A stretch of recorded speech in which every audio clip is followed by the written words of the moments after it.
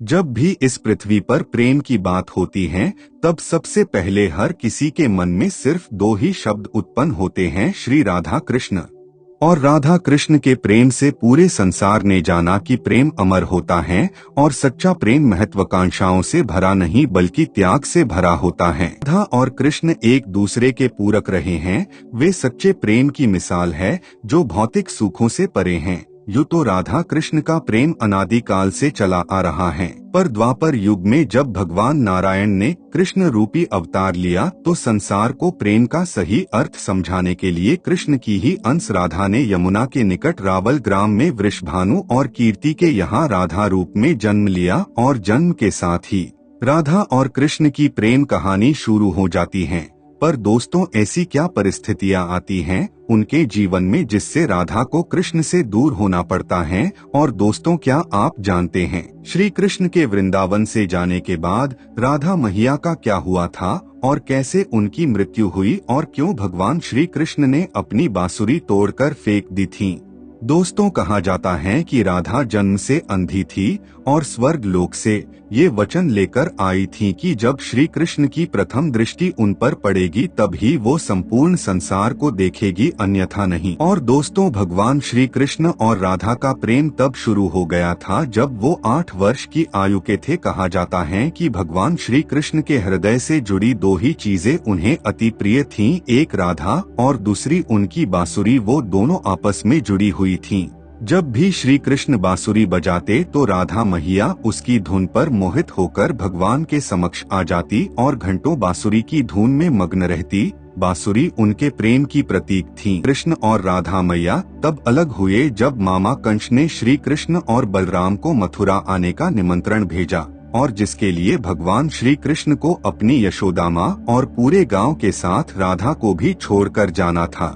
कृष्ण और राधा दोनों को पता था कि कृष्ण अभी वृंदावन नहीं आएंगे और बहुत समय तक एक दूसरे से मिल भी नहीं पाएंगे, तो इसलिए मथुरा जाने से पहले राधा जी ने श्री कृष्ण से 2 वचन लिए। पहला वचन था कि राधा के हृदय में केवल कान्हा का वास रहेगा और दूसरे वचन के अनुसार उनकी मृत्यु से पहले कान्हा के दर्शन होंगे। और दोस्तों, जब राधा और कृष्ण आखिरी बार मिल रहे थे तब राधा ने कृष्ण से कहा था कि भले ही वो उनसे दूर जा रहे हैं लेकिन मन से कृष्ण हमेशा उनके साथ ही रहेंगे। ये वचन लेने के बाद श्री कृष्ण मथुरा की ओर निकल जाते हैं और राधा वृंदावन में ही रह जाती हैं, जिसके बाद राधा का वर्णन बहुत कम ही मिलता है। इसके बाद श्री कृष्ण ने मथुरा जाकर कंस का वध किया और अपने माता पिता देवकी वासुदेव को मुक्त कराया और उन्होंने मथुरा से आगे बढ़कर प्रजा की रक्षा के लिए द्वारका नगरी का निर्माण किया, जिसके बाद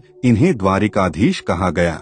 और कृष्ण द्वारका में रुक्मिणी और सत्यभामा से भी विवाह करते हैं और अपने दिव्य कार्य में व्यस्त हो गए। और दोस्तों, कहा जाता है कि जब कृष्ण वृंदावन से निकल गए तो राधा की जिंदगी ने अलग ही मोड़ ले लिया था और राधा की शादी एक यादव पुत्र अभिमन्यु या आर्यन से हो जाती है। पर कहा जाता है कि अभिमन्यु को महर्षि दधीचि का श्राप था कि अगर वो राधा को स्पर्श करेगा तो भस्म हो जाएगा।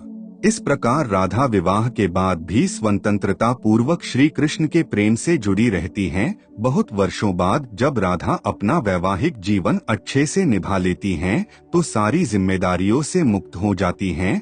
तो फिर वो कृष्ण द्वारका पहुंचने के बाद राधा और कृष्ण आपस में मौन रहते हुए भी मन की अभिव्यक्तियों से घंटों आपस में बात करते रहे। कृष्ण के अलावा द्वारका में राधा को कोई पहचान नहीं पाया। फिर राधा कृष्ण के महल में ही निवास करने लगी और कृष्ण ने भी उन्हें देविका के रूप में महल में नियुक्त किया, जिससे राधा महल में काम करने के साथ साथ समय मिलने पर कृष्ण की भक्ति और उनसे प्रेम पूर्वक बातें कर सकती थीं।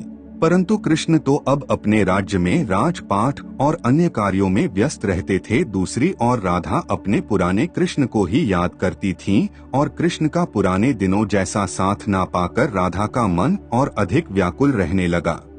और उन्हें डर सताने लगा कि कृष्ण की जो मनोहर छवि उनके हृदय में है कहीं धूमिल ना हो जाए। इसी डर से राधा किसी को बिना बताए राजभवन और द्वारका नगरी भी छोड़ दी। उन्हें नहीं पता था कि वो कहाँ जा रही हैं, लेकिन भगवान श्री कृष्ण सब जानते थे और धीरे धीरे समय बिता तो राधा अकेली और कमजोर हो गयीं। उस वक्त उन्हें भगवान श्री कृष्ण की आवश्यकता पड़ी तो उन्होंने श्री कृष्ण का स्मरण कर उन्हें अपने दिए हुए वचन की याद दिलाई। राधा के स्मरण करते ही कृष्ण वहां दौड़े दौड़े चले आ गए, परंतु राधा की अत्यंत दयनीय स्थिति देखकर वे अत्यधिक भावुक हो गए और उन्होंने राधा से अंतिम समय में कुछ मांगने को कहा, जिस पर राधा ने उनके सामने एक ही इच्छा प्रकट की थी कि वो अपने जीवन के अंतिम समय में कृष्ण का वो ही रूप देखना चाहती हैं जैसा वो वृंदावन में देखा करती थी। वो उन्हें वहीं बांसुरी की मीठी धुन बजाते हुए सुनना चाहती हैं। तो दोस्तों, राधा के द्वारा इतना कहते ही श्री कृष्ण ने अपनी बांसुरी उठाई और बजाने लगे